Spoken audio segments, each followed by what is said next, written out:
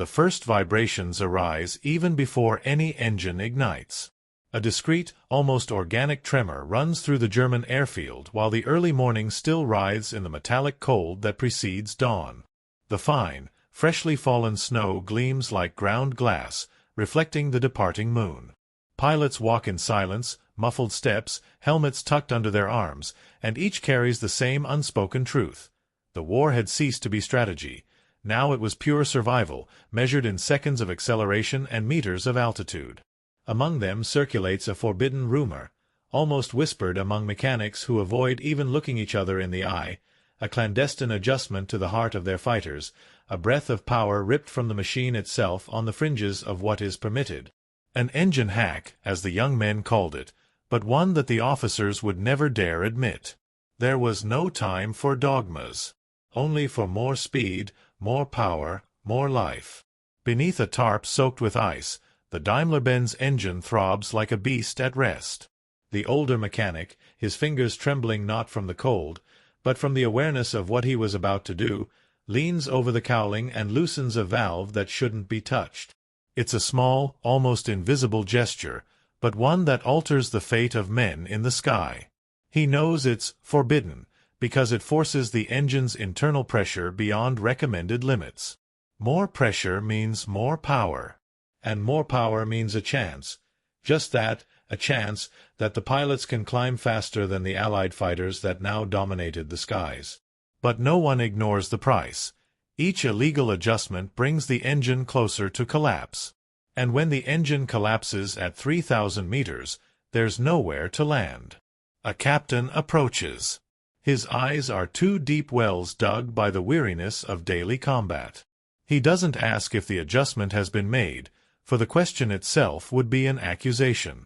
He merely touches the cold metal of the Messerschmitt and feels something different, a vibrant silence, like that of an animal about to awaken in fury.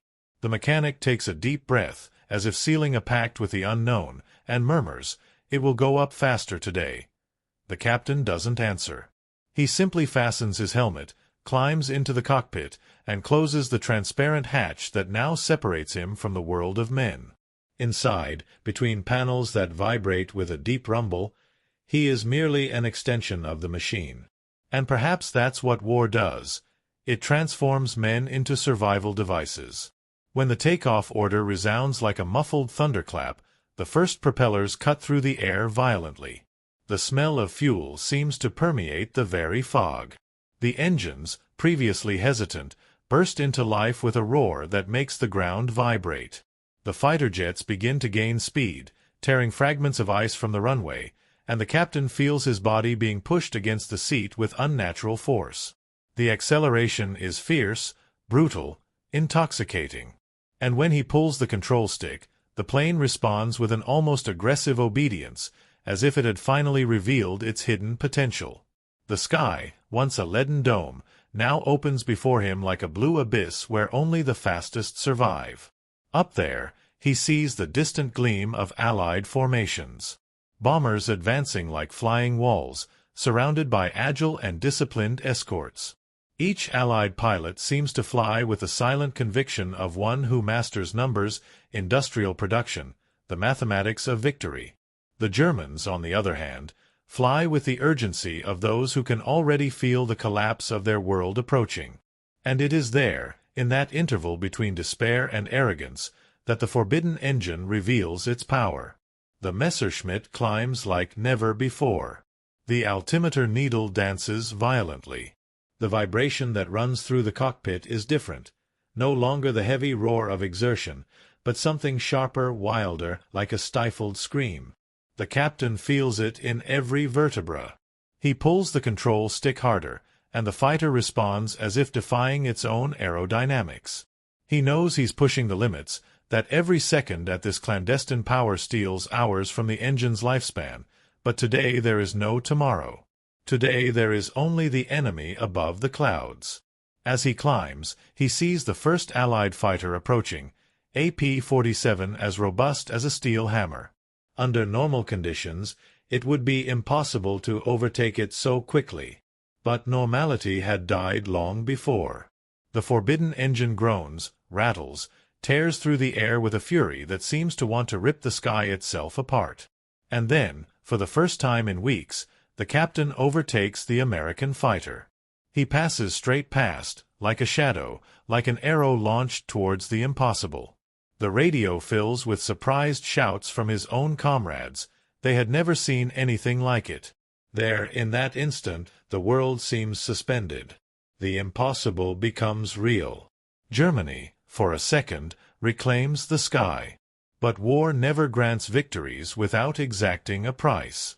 And that price always arrives sooner than expected. The heat begins as a discreet tap on the dashboard, a slight increase in temperature, something any experienced pilot would notice but not fear. Then, it transforms into an abnormal vibration in the engine, as if pistons were beginning to scrape the metal from the inside out. The captain smells the subtle, almost imperceptible odor of burnt oil invading the cockpit. He looks at the gauge. The needle rises. It rises too high. The red mark approaches like a death sentence. Down below, at the base, the mechanic who made the clandestine adjustment stops working for a second. He feels something, a premonition, as if he could hear in the distance the engine he altered fighting against itself. He closes his eyes and thinks of the captain, thinks of his youth, of the silent courage with which he climbed into the cockpit.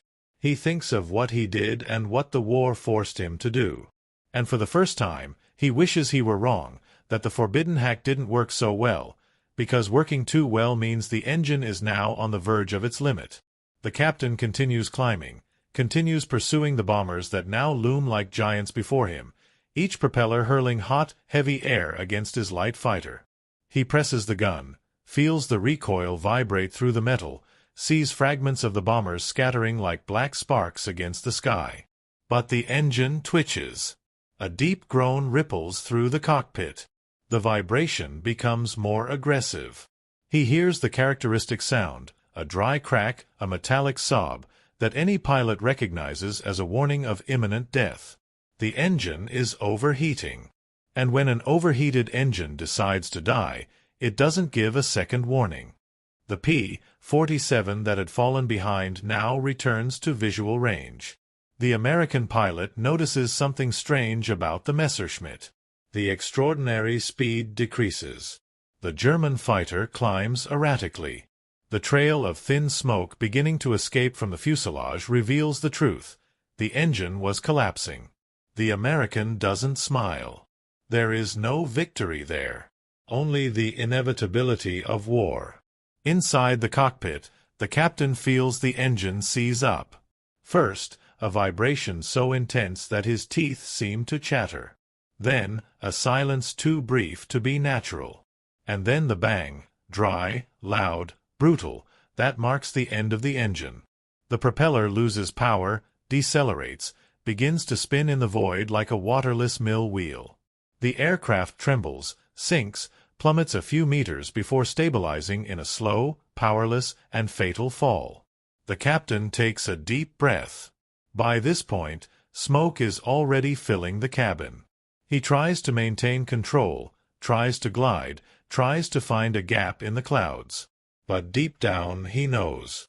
The war has taken everything from him. His youth, his friends, his future. And now it was taking even the air that sustained him. The fall is long. Too long for those who still hold on to hope. Too short for those who wanted it all to end quickly. When the impact finally occurs on the frozen field, the snow rises like celestial dust. And the world, for a moment, falls silent. Back at the base, the mechanic feels his heart freeze. He knows. He doesn't need the radio. He doesn't need the report. The silence says it all. He wipes his hands on his overalls, but the dark grease seems to cling to his soul as well. He thinks about what he did, why he did it, and the cruel irony of that forbidden hack, too much power for too little time. And so the story of that clandestine adjustment spread through the hangars, carried by murmurs, glances, and fear. Some called it genius. Others, suicide. But everyone agreed on one thing. Never again should an engine carry so much hope and so much death at the same time. The war continued. The skies changed. The machines evolved. But the memory of that day remained like a scar on the metal, a silent warning, an echo of the price paid for crossing the line between ingenuity and ruin. Because in the end, no hack, no forbidden power, no flash of speed survives the inevitable heat of reality. And when the overheated truth explodes, only the final silence remains, that same silence the world hears after the last engine stops fighting. And it is in this silence that war reveals its most melancholic lesson. Courage may defy physics, but it never conquers nature. And every victory wrested from the impossible carries within itself the seed of its own collapse. The snow slowly covers the field where the captain fell. Subtle, white, indifferent. As if the earth, weary of so much blood, wished only to fall asleep once more under the cold cloak of oblivion. But some stories don't sleep. Some stories keep burning, like engines that never cool down.